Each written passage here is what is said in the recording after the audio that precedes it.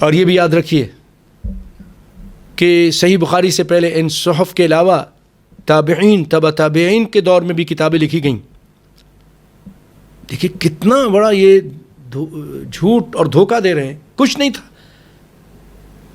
آپ کے زمانے میں حدیث نہیں لکھی جاتی, آپ کو بتا دیا, عمر بن عاص لکھا کرتے تھے. پھر یہ صحابہ نے لکھیں آپ کے زمانے میں, صحابہ نے.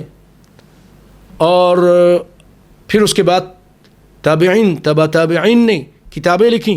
مثلا امام بخاری سے پہلے صحیفہ معمر, موطا امام مالک لکھی گئی کہ نہیں لکھی گئی؟ امام مالک لکھی گئی. موطا امام محمد, امام ابو حنیفہ رحمۃ اللہ علیہ کے شاگرد. کتاب آثار, کتاب الخراج, مسند الشافعی, کتاب الام, مسند احمد, مسند اسحاق بن راہوے, مسند الحمیدی, مصنف ابن ابی شیبہ, مصنف عبد الرزاق, یہ کل 12 ہوئے.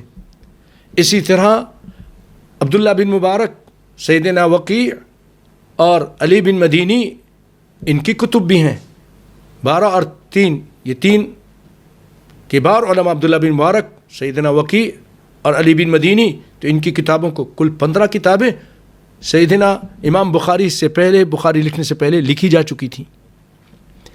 تو آپ اس سے اندازہ کر سکتے ہیں کہ ان کے اعتراضات جھوٹ پر مبنی ہیں, دغا پر ہیں, فریب پر ہیں.